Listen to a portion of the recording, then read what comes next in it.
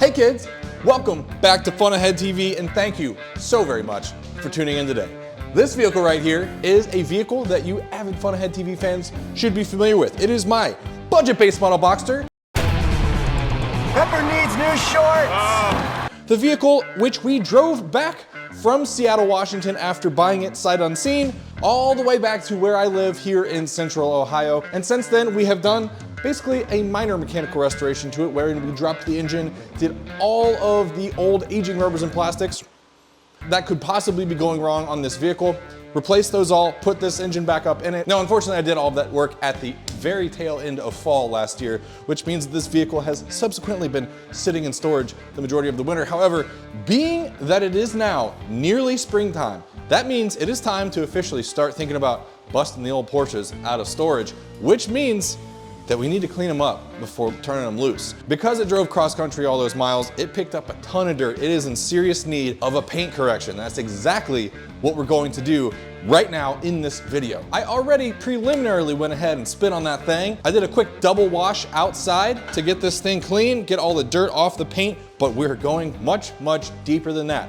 We're going to do a full body clay bar and a multi-stage paint correction. So by the end of this video, this paint is going to be transformed and looking Back. Drop in and just smack the bah!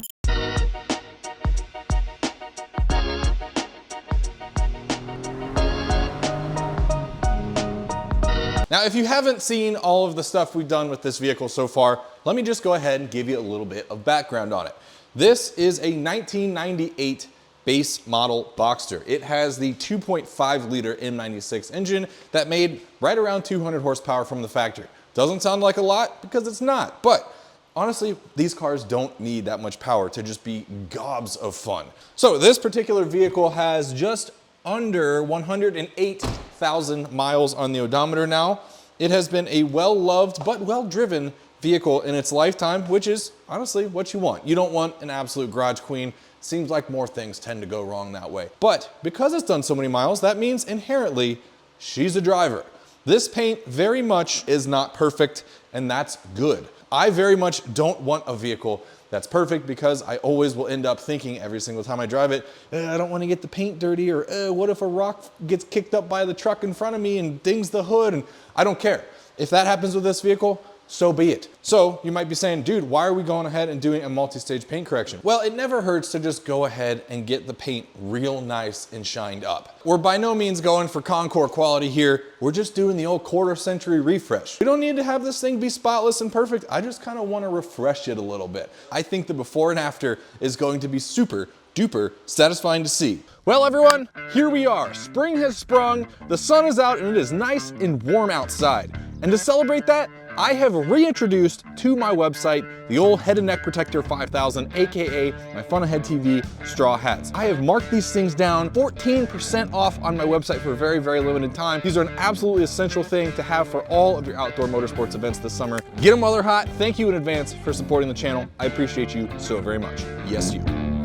All right, off camera, I did just go ahead and yank the wheels off, as you can see, and we went ahead and pulled the headlights out. Purpose being, well, it just gives us that much better access in this area. Plus, we're going to go ahead and recondition those headlights as well. They're getting a decent bit of yellowing, so we're going to go ahead and zap that right off of there and get those puppies looking prime. You know what I'm saying? So now that this bad girl is up on the lift, it's time to begin clay barring. Let's do it. Well, hello there, ladies and gents. Here we are at the side of the car. Why? Because I arbitrarily decided to start at the side of the car. So, we're going to begin the clay barring process. Why is it called clay barring? Because it utilizes this right here, which is a clay bar. Now, for those of you who are not in the know about this particular process, that might sound ridiculous. Why? You know? Reason being is this particular substance does an amazing job of shearing off any kind of imperfections that are sitting on the paint. Even though we just washed this car, and I actually double washed it, i.e. your boy did a thorough job. Even though you wash your car, there is always stuff left behind. The purpose of the clay barring process is to remove as much of that stuff as humanly possible. Stuff like tree sap, little bits of tar, just dirt that's very stubborn and doesn't want to come off with your wash mitt, any number of things. There's all sorts of stuff that remains on your paint after car wash that you just don't realize. And we need to get that stuff off because for the next process, when we use our random orbital, if that stuff is not off the paint, that stuff will then act as an abrasive, like sandpaper, and do more damage than good. We're obviously trying to detail this thing, not scratch up the paint. So we need to therefore get this paint super freaking USDA prime, baby. Now, there are these things called clay bar mitts, which is literally like a wash mitt that basically does the same thing as a clay bar. I'm old school, okay? I like to use the bar with my bottle. It just gives me that little bit of satisfaction. So let me have this, let me have this. So I'll bring you guys in here a little closer. This process is very, very simple, although it is very tedious because we then have to cover the entire car, obviously. So what you want to do is to take your clean clay bar, make sure you have a relatively fresh spot on it. And if it's a used clay bar, like if it's been heavily used, get a new one.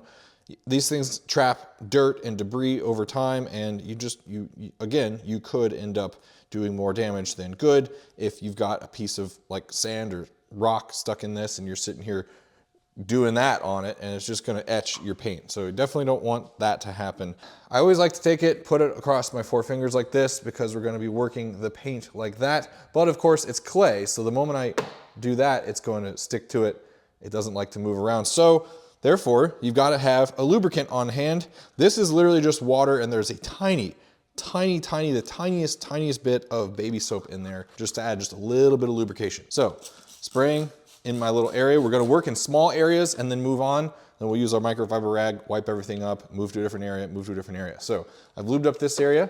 As you can see, right away, my clay bar is moving nicely. And we can just go ahead, take our microfiber and wipe up all of our water that's left over. It's a little bit repetitive and iterative, but you know, as you can see, we just knocked out half of an entire door in about a minute. So it's not as tedious as you think. Let's see. So our clay bar is actually looking decent, but you can definitely tell there's some dark stuff on here. So even though we couldn't see it, this thing definitely picked up quite a bit of dirt. So after you do a little section, it's always good practice to just like turn your clay bar and rotate it so that you get a fresh surface for the next section.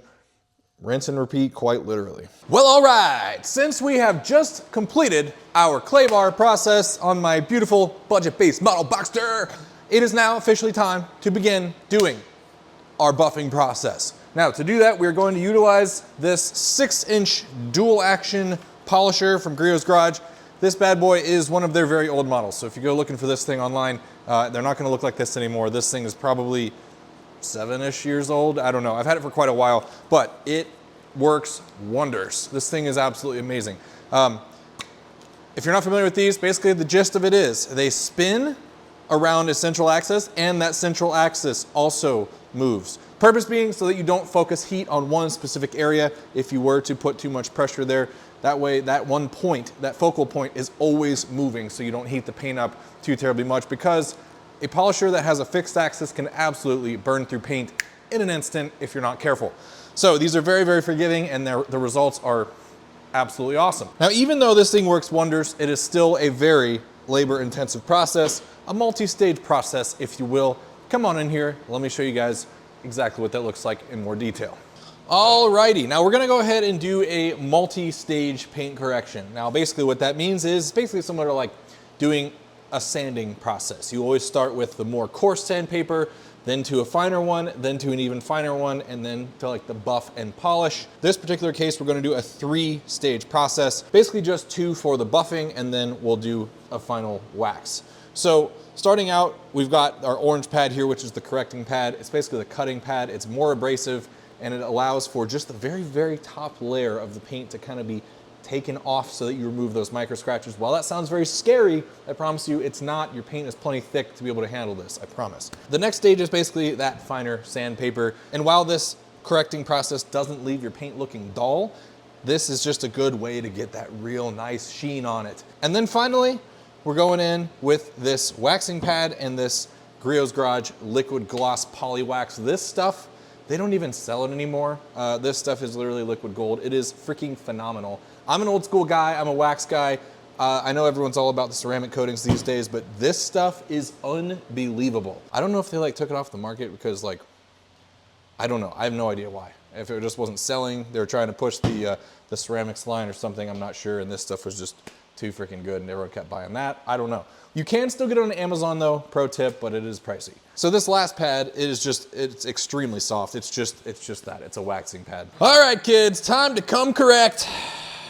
Let's do it. We're gonna start in the same spot on the car as we just did with the clay barring process. Working in small areas, that's absolutely critical. So we're basically just gonna like divide this door up into like 6 sections roughly. And also the first pass, you don't have your pad full of your compound yet. So it's going to soak this stuff up. Yes, dude. You work in a up, down, left, right pattern. Just watch. And then we're gonna continue to do that same thing in small sections all over the entire car until we've done the whole thing.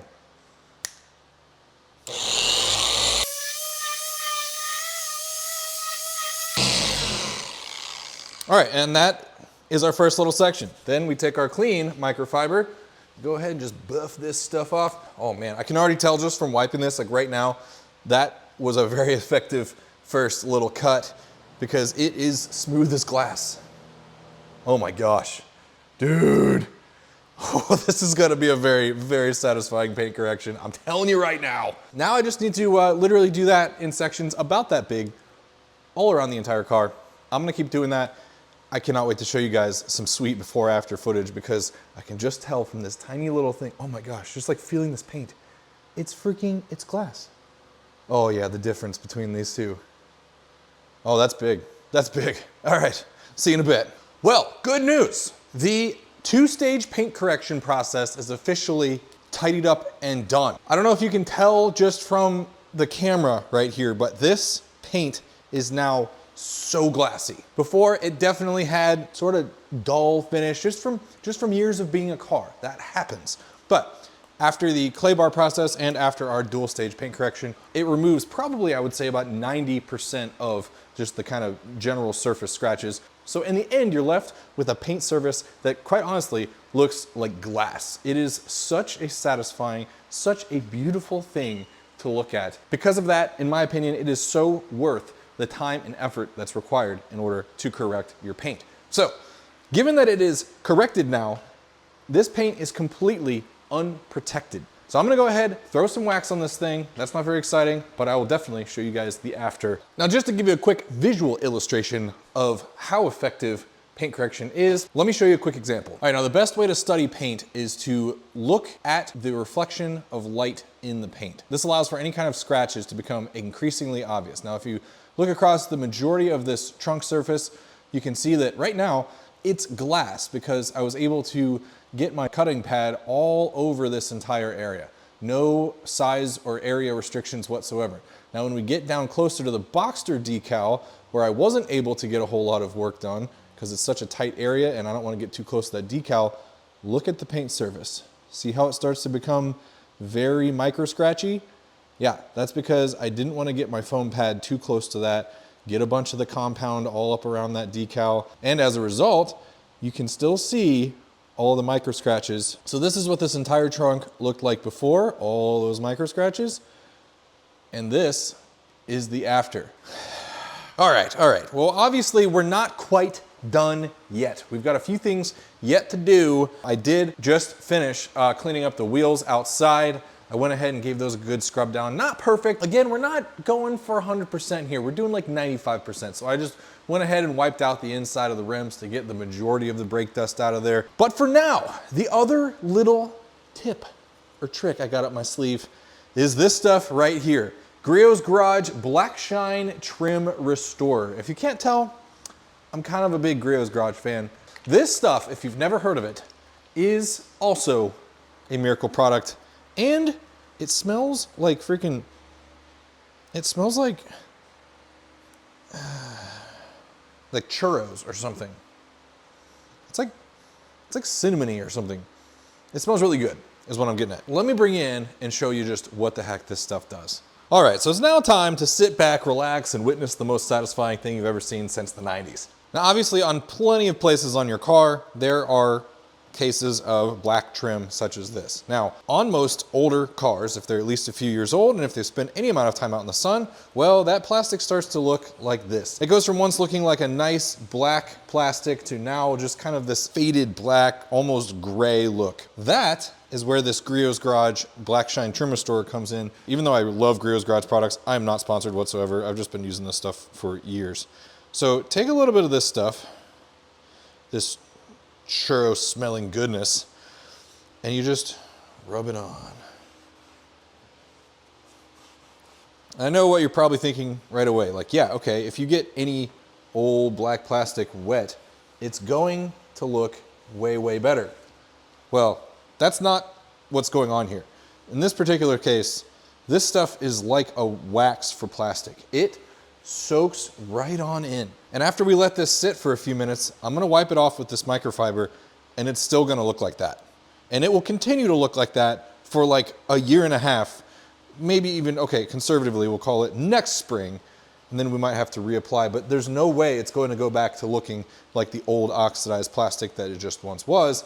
You don't really realize how faded your black plastics get until you make them black again, and then, oh my gosh, it just makes such a difference, and it makes a clean car pop like absolute crazy. Okay, so at this point, I'm just gonna go ahead and go around the rest of the car and just mint out any other piece of black trim that I can find. It's so satisfying, so satisfying. I will then have to let that sit for a little bit, just kind of soak into that plastic, you know, and then we will wipe it off with the microfiber, and it's good to go for, like I said, at least like a year.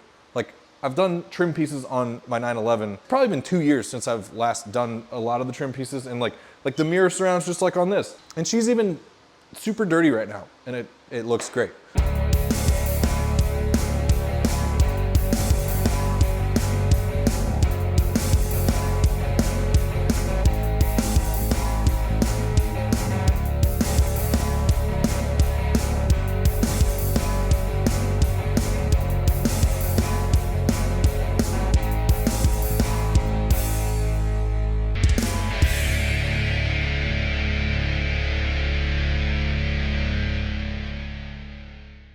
All right, almost there, people.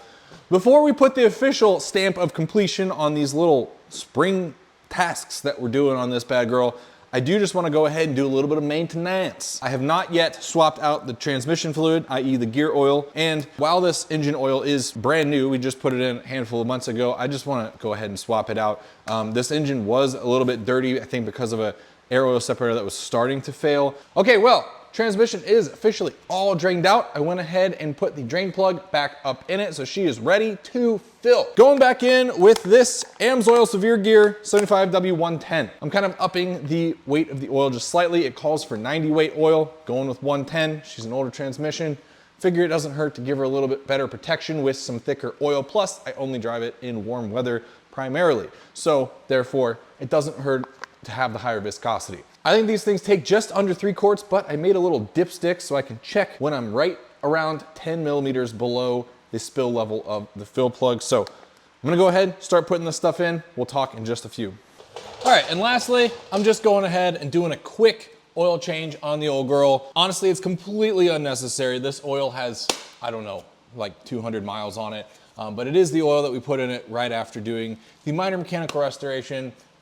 Again, it's extremely unneeded. It's just me being me. So I figured I'm just gonna go ahead and throw some fresh oil in it for the year so I don't have to think about it. We'll just run this oil all the way until fall time. Is it necessary? Absolutely not. Am I doing it anyway? Absolutely. So as this thing continues to drain, I'm gonna go ahead and grab some fresh coffee for the old Yeti.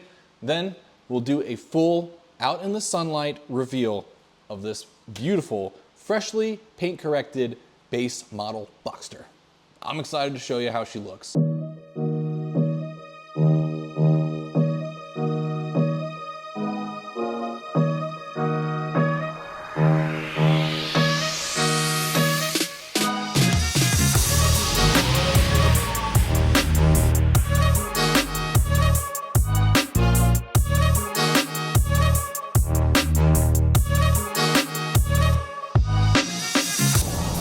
Yeah. Nothing like driving a clean car, and in this case, a very in-depthly detailed car with the old double stage paint correction. Dude, I don't believe that I have impressed upon you guys enough just how much I love this car. So even though I mentioned that, you know, it's been in storage the majority of winter, I have taken every possible chance that I could get to bust this thing out of the garage. Any day that it was like remotely above 45 degrees, and if there wasn't road salt on the roads, this thing was out and we're just putting down miles. It is, in my opinion, one of the most perfect on-road vehicles that you could possibly own. And that was a total surprise for me. I mean, I always knew that I, you know, loved the formula of the Boxster Cayman, but the 986 Boxster, with its just sweet spot of, you know, size, weight, power in the case of the base Boxster with its only 200 horsepower, it is the perfect on-road vehicle. Plus it's got a trunk and a frunk, dude, which makes it perfect for everyday driving. Speaking of everyday driving, however, I keep forgetting to mention to you guys, even though I've done an entire video series and several other videos, this car is famous. Okay, fine, not really that famous, but famous enough. Now, you avid automotive YouTube watchers will probably be familiar with the channel Everyday Driver. This vehicle was actually featured in one of their videos. And I don't mean like the 986 Boxster in general, I mean this very vehicle. So, you know that I bought it in Seattle from my buddy Arthur's dad. Arthur's parents used to live in Utah, which is where the Everyday Driver guys are based. And one day they reached out on one of the local Porsche Club pages saying, hey, does anybody have a base 986 Boxster that we could use for an upcoming video? And his dad reached back out to them and said, yeah, I've got one, you can use mine. Oh, sorry, quick rev break there. So anyway, what I'm saying is this car was the very car that was used in their budget comparison video. It was, I think, between this, a C4 Corvette, and a 370Z maybe, something like that. 1998 base Porsche Boxster. But anyway, I'll drop the link down below in the description of this video so you guys can check that out if you like. But you'll notice this car did have a factory hardtop on it at the time, so you might be like, that's not the same car. Well, obviously they're removable. I had the option to buy that factory hardtop from Arthur's dad, but because I want to use this car as a convertible, I told him I don't really have any interest in it, so he just decided to sell it separately. But anyway, fun little factoid about this car. Well, friends, and just like that, there you have it. My delicious 1998 budget base model Boxster is officially detailed up, maintenanced up, and ready to rip for the duration of the 2025 driving season. If you enjoyed this video, please do me a huge favor and hit that like button. It helps out my channel immensely. And also, please subscribe so you get to see even more super awesome Porsche content coming down the pipeline to you via Fun Ahead TV each and every week. Thank you again so much for being here. I really appreciate each and every one of you. Yes, you, I'm looking right at you. And I will see you all in next week's video. Later. Drop in and just smack the